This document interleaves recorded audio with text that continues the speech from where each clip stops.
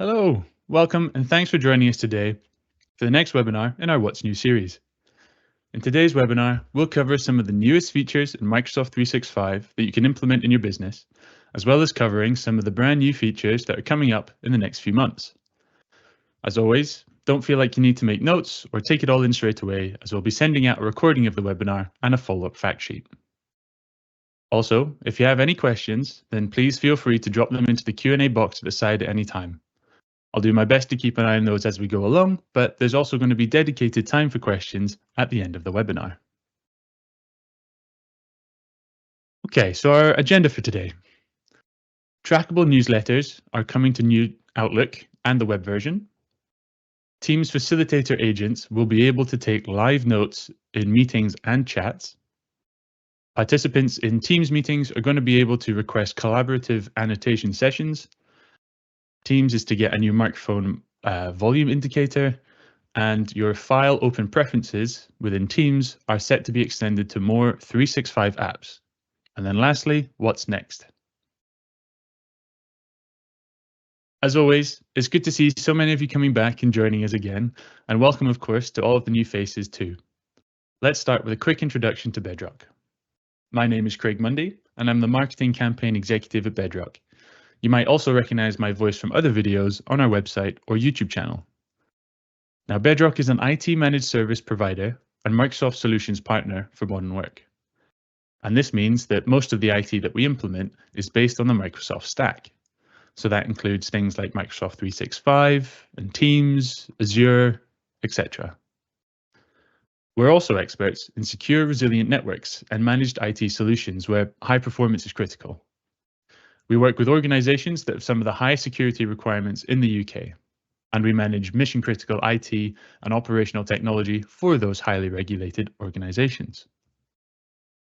The most important thing that we want to achieve, no matter what your organization does, is to make sure that your IT strategy is supporting your business as a whole. And how do we do this? Well, we do it through the use of our 8 strategic rocks that you can see here on the slide. Data, skills, backup, strategy, investment, security, quality of service, and collaboration. Now, the collaboration rock is the focus of this webinar series, as most of the Microsoft 365 apps that we're talking about are collaboration tools. Many people that we've come across have invested heavily into their IT, and they've bought all the apps and they've got the best licenses, but they're not using them to their full potential. So they're also not seeing the best return on investment. So really, that's the aim of this webinar series, to keep you up to date with everything that's coming out and everything that you can start to implement that you've probably already got, and hopefully make a big difference to your business strategy. All right, first up, we have trackable newsletters that are coming to Outlook. I'll talk you through some of the features that we know already, although this is a feature that's coming quite a bit later in the year, so there'll hopefully be more coming out over the coming months. So this new feature will allow you to create, distribute, and track internal email newsletters. Now, some of you may already do some form of internal newsletter, as it can be a good way to keep your whole organization or specific individual teams up to date with the latest and relevant news, like upcoming company events, new hires, change of internal processes, etc. Maybe new customers, the list goes on. Well, if you use New Outlook or Outlook for the web, then soon you will be able to create professional and engaging email newsletters with a variety of rich elements, as well as being able to use built-in tools to manage your reader engagement as well. So this is set to be a built-in feature to those versions of Outlook. And using the creator, you can choose from all sorts of pre-made components like text boxes, images, stylized quotes, and much more. Additionally, Copilot Designer will be there to make suggestions and create graphics, just like it does in PowerPoint and other Microsoft apps as well. It can generate image layouts with or without text, and you can also upload your own images and then edit or even embellish those as well. You will be able to collaborate with co-authors and contributors. So firstly, co-authors have permissions to edit and publish the whole newsletter, and there's a limit of 25 of them per newsletter. whereas contributors are invited to only edit specific sections within the newsletter, and there's a limit of 30 of them per section. So this means that you can have multiple people working on the whole newsletter at the same time, while also having individuals only edit a section of the newsletter that is assigned to them. So, for example, if they've just joined your organization and you want them to write a quick introduction about themselves, then you can assign them to the specific section that you want that to be in, and it stops them accidentally editing other things or deleting things, moving things around like they might just do. So both co-authors and contributors will receive their invites to the to start editing via email, but they can also find any of their assigned newsletters by going to their drafts section within the newsletter navigation. So you've got it all nice and pretty and you're ready to send it, or perhaps you're just wanting to check how the basic bare bones layout that you've drafted looks. Well, you're able to preview the newsletter as well. Like every good email writing app, you can send a preview of the email to yourself to check how it actually looks within different email clients or on different devices. It's also important to note that Outlook newsletters support all of the normal types of recipients that you would normally get when you're using Outlook. So you can choose to put recipients under to, CC, or BCC, just like a normal email. By default, all owners of the group page and the current publisher will appear under CC, while all subscribers to the group page, well, that newsletter, will appear by default within BCC. Now, one of the standout features of this new Outlook newsletter for me is that readers are able to engage with the published content. So they can react to individual sections of the newsletter as well as to the entire newsletter. And this is going to look something similar to the Outlook reactions that you may already see, you know, the thumbs up, the hearts, the laughing emojis, etc. And readers are also going to be able to comment using integrated controls at the end of the newsletter so that you can gather any and all feedback that they might have for you. Now, this next bit, I'm not entirely sure of the situation where you have this many internal newsletters that your organization would need this next bit, but in theory, it should be a good option to have. And I'm talking about the ability to discover and subscribe to other internal newsletters through their Explore experience. So this is going to contain several sections, and it has things like featured newsletters, which are those recently published, and they're ranked by user engagement. You have the group pages, which is essentially the individual newsletters ranked by numbers of subscribers. New pages, which of course speaks for itself.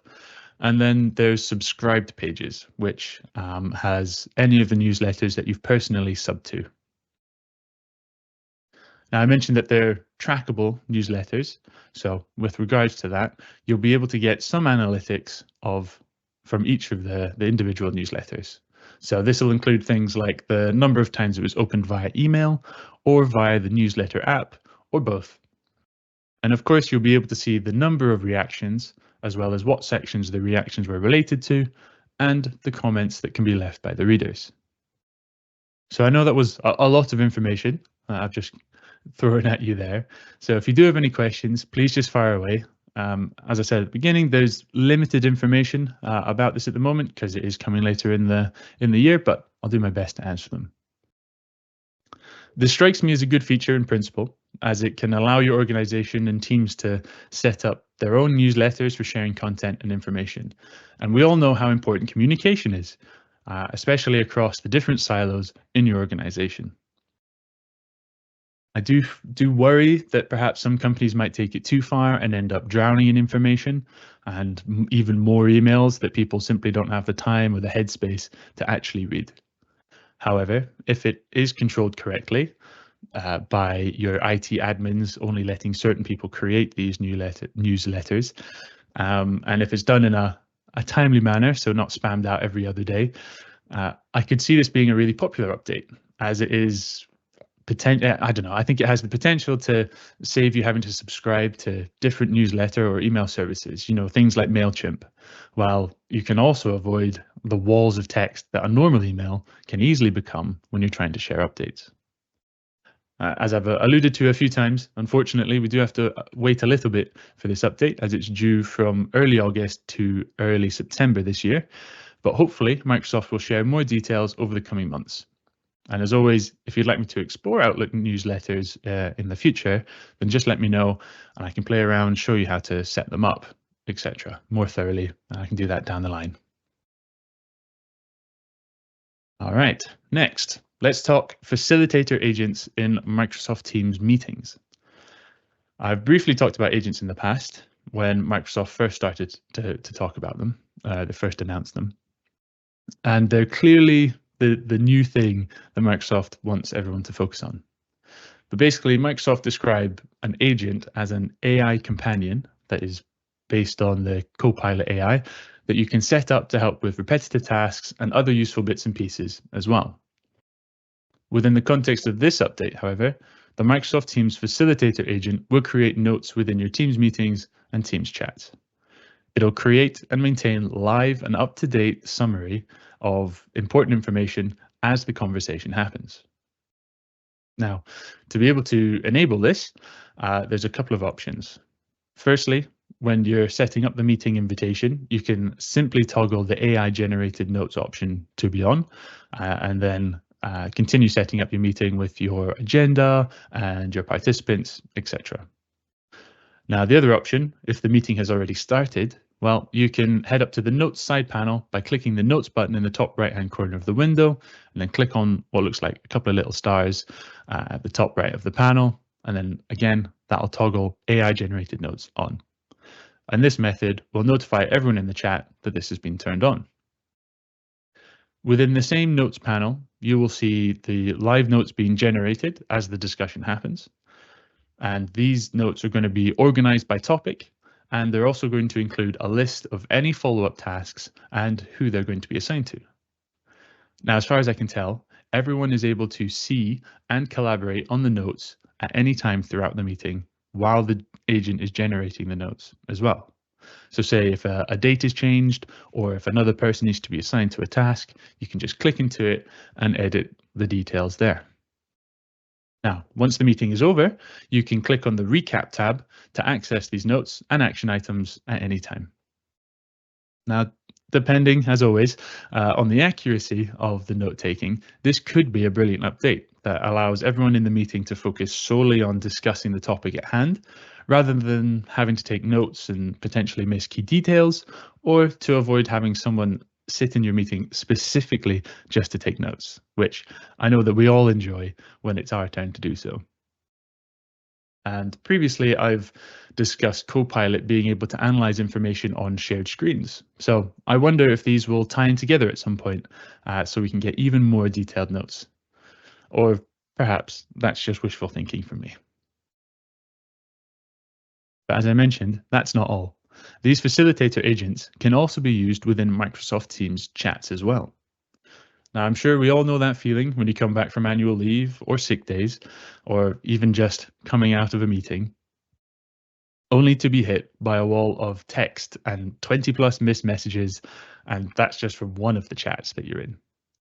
So if you're like me after annual leave and the brain isn't quite switched on yet, or perhaps you're focused on the discussion from the meeting you were just in, well, that can obviously make digesting lots of messages, sometimes with very little context, actually quite difficult. So in steps your Teams Facilitator agent. As with the AI notes taken during the meetings that I just talked about, the notes in chat will be organized under different headings, and it will also include the action items as well as who they're assigned to.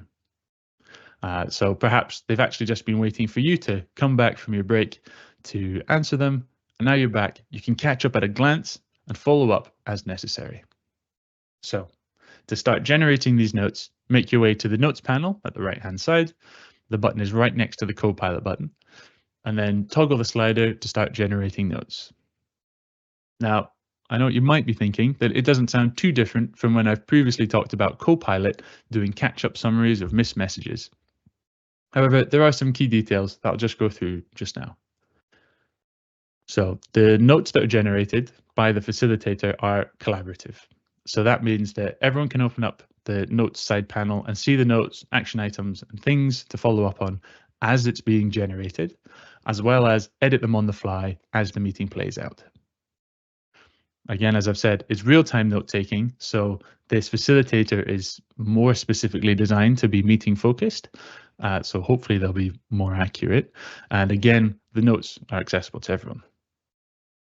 Additionally, Microsoft envisioned that the facilitator agent, well, really all agents down the line, um, they picture them eventually managing more aspects of meetings and other parts of your work. So things like organizing agendas and actually assigning people to the tasks. And hopefully there's going to be more information that we learn about the facilitator agents as they get rolled out and we get to get hands-on and play around with them and see what they're really capable of. Another couple of things to note, a Copilot license is still needed for the agents, and the facilitator agent isn't available during external meetings or external chats.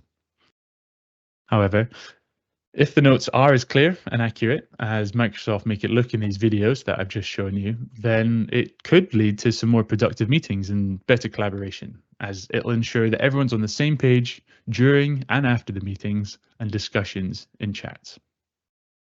So the Teams Facilitator Agent Live Notes update is due by the end of this month, and I'm particularly excited to see how this one plays out. While we're talking about collaborative notes, collaborative meetings, let's look at collaborative annotation sessions.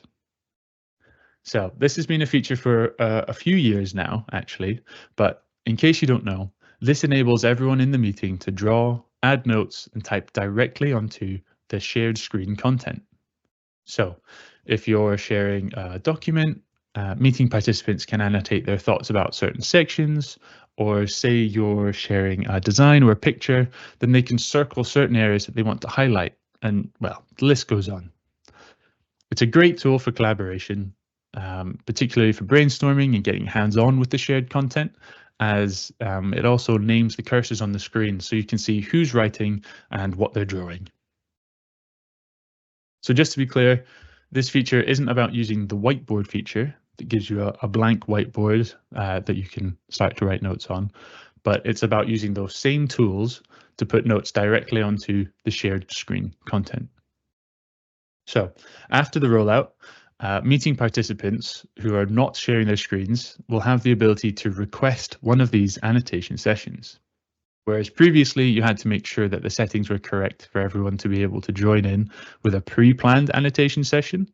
You know, for example, the meeting organizer had to, when they were setting up the meeting, ensure that everyone could present to be able to annotate. Well, now soon, on the fly, if someone has some points to make that they want to make about something being shared on their screen, they can request on-screen annotations. This request will then be sent to the presenter, sharing their screen, who can then choose to accept or deny it. And of course, after they accept it, they're still able to adjust the settings so that everyone can annotate or just themselves again, so they can still manage it from there. A few important things to note. These notes aren't saved or exported anywhere. So you'll have to remember to take screenshots or perhaps record the meeting if you're wanting to look back over them or use them at a later date. Again, this relies on Microsoft Whiteboard being enabled. So if you don't currently have access to that, your IT admins will need to enable it for you to be able to request these sessions and to join in. And lastly, mobile users can actually join in if they're not sharing content. So let's say a desktop user is sharing, then any web or mobile users can then participate in annotations, writing notes on the screen. I can absolutely see the benefit of these ad hoc annotation sessions, as it is often far easier to show what you mean when you're trying to explain a point that you're trying to get across. It could even be a nice time saver for those meetings where, as I say, someone just isn't quite understanding what you're trying to explain to one of them, and saves the follow-up emails after the meeting that go back and forth, creating a large chain of confusion.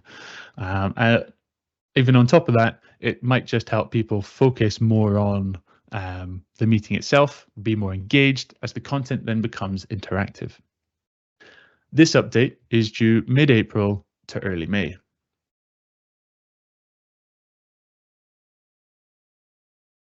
Now, onto a much simpler update than the last few that I've just talked through.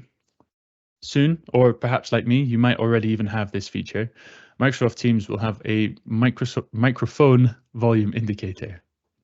I know we've all been in those meetings with the classic, can you hear me? Can you hear me? Back and forth, or if someone sat there on mute while they're presenting. Well, this update will hopefully, and I do want to stress hopefully, as I know we all have those colleagues, hopefully this update will alleviate the pain of this happening in every single meeting. So it might be able to help you or other meeting participants to troubleshoot where the issue might be. So for example, has your Teams done an update and changed your default mic? Or has Teams done the same thing and changed your colleague's speaker option so they can't hear you but others can? And of course, perhaps most importantly, it lets you check on the fly that your microphone is or isn't picking up your voice through real-time visual feedback on your audio levels in the meeting. As you can see in the screenshot here, you access this volume indicator within your mic settings within a Teams meeting. So go to the top control bar to the little arrow next to the microphone and click it. It'll open up a drop-down menu like you can see here. Under the microphone section, select whichever microphone is your one that you want to choose, and then start speaking. And the gray bars will fill in blue to indicate that your mic is working and whatever volume it is that you're speaking at. As you might expect, this isn't going to work while your mic is muted, so it's more for checking as you're speaking on a call. If you see a message or hear someone say, "Oh, I can't hear you," then you can let them know it's an issue at their end if you've got blue bars showing in this section. This is an update that's due to roll out anytime this April, so like me, you may even already have it. And next, we've got an update coming to Teams that should be a nice quality of life change, and you all know how I feel about those. Don't you hate it when you click on a link in a Teams from Teams and it attempts to open the file in every way except for the desktop app? So it either attempts to open it within Teams, which I found is generally very slow or doesn't even load, or it opens up in the browser, which depending on the version of the app that person is using with the link, it can quite often have reduced functionality as well. Well, hopefully soon, your team's file open preferences will soon apply to files opened in classic Microsoft Outlook, Word, Excel, and PowerPoint. In Teams, you can set up how you would like your cloud-hosted links of those document types by heading to your settings, which again, as always, it's found in the top right, those three dots next to your profile picture. So go Settings, and then on the left-hand side, click Files and Links, which will then show you the options that you can see in the screenshot on the left-hand side of this slide. From the drop-down menu under File Open Preferences, you can then select Desktop App, if that's how you want these files to open, or you can choose from Teams and Browser, depending on whatever suits your need best. When this new feature is released, this setting is also going to apply when you're opening file links from classic Microsoft Outlook, Word, Excel, and PowerPoint files and apps. And furthermore, however it is that you set up your file preferences within Teams, you can also overwrite these using the Open With or Set Open Default from within respective Microsoft apps. So, for example, you can see on the right-hand side of this slide here, this is for a link in a Word file. Now, unfortunately, as far as I know, you might still need to have an enterprise license for this to be able to enable this option, as it's not currently available in Business Basic, Standard, or Premium licenses. Well, at least that's how it currently works, which, to be honest, I think is unnecessary as it's such a basic feature. But I'll keep my fingers crossed that when this update rolls out, that more of us will be able to use this option as, again, it's just a nice bit of quality of life. Can save us a few clicks every time we want to open a file within the desktop app, but of course, if not, we can still do it manually. So next to the file, there's three dots, you can do that, then open with, and then select desktop app, that way at least. Now, from the update that I read, it sounded like Microsoft were planning for more apps to be added to this list at a later date, so we'll definitely need to keep an eye out for that one as well. This, unfortunately, has been one of those updates that's been pushed back the last couple of months, but it's currently due late May 2025. Okay, and that's us for today. I just wanted to quickly let you know about the next webinar in this series that will be coming next month. So it's going to be taking place on Thursday, the 8th of May, and you can register for that now on our website or through the link that my colleague has just posted into the chat box just now. We look forward to seeing you all there, and if you have any topics or questions that you wish for me to cover in the next webinar, then please just get in touch and I'll be happy to have a look. That's the link in the chat now, so if you want to just make sure that the event is at least in your diary, then please go ahead and register now. And remember that all of these webinars are recorded and accessible through our YouTube channel and website, so make sure to have a look through them if you're interested in learning more. I'll just quickly take you through our stakeholder workshop that Bedroq run called the 8 Rocks Assessment. It goes back to those 8 rocks that I talked through right at the very beginning of this webinar. It's a stakeholder workshop that's designed to get consensus on your business priorities, and it can be conducted face-to-face or virtually, and it gets leaders and investors aligned behind the best way to fully assess your IT strategy. And it's important to remember here that there's no cost implications with this other than a mutual investment of time. So if you're an IT leader at your organization and you just need a bit of backup to prove to your CFO that you need to make an investment into your IT, or if you're looking at ways that you can better use existing IT investments, well, we're happy to look at all of these things. So just let us know if this is something that might interest you, and we'll be happy to set it up and to introduce you to the team that will walk you through this process. Got a few minutes for Q&A, so if you have any more questions, please just pop them in the box just now. I'm just going to have a quick drink of water and see what kind of questions have come through.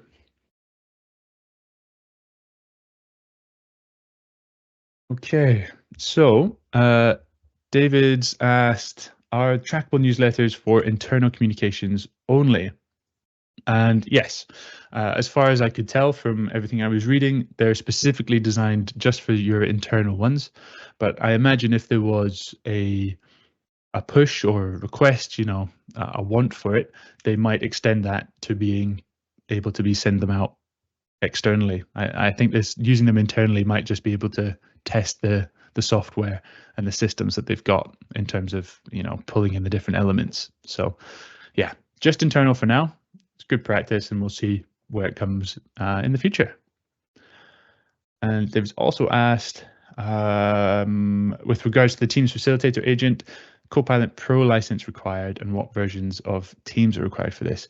So I don't know the specifics, but you definitely need a Copilot license for it. As I say, it's based on the Copilot AI that that backs these agents. So that's the most important part. And then it'll just be the most up-to-date version of Teams, as far as I know, for that as well. So hopefully that's helped. It doesn't look like we've got any more questions that have come through just now. Oh, the one more has just come through.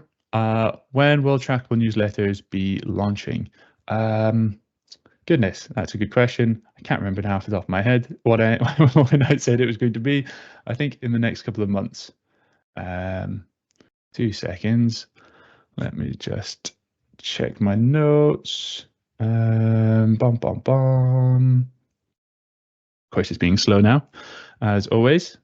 No, okay, so yeah, the trackable newsletters, that's coming much later this month. Sorry, this year. It's between August and September this year.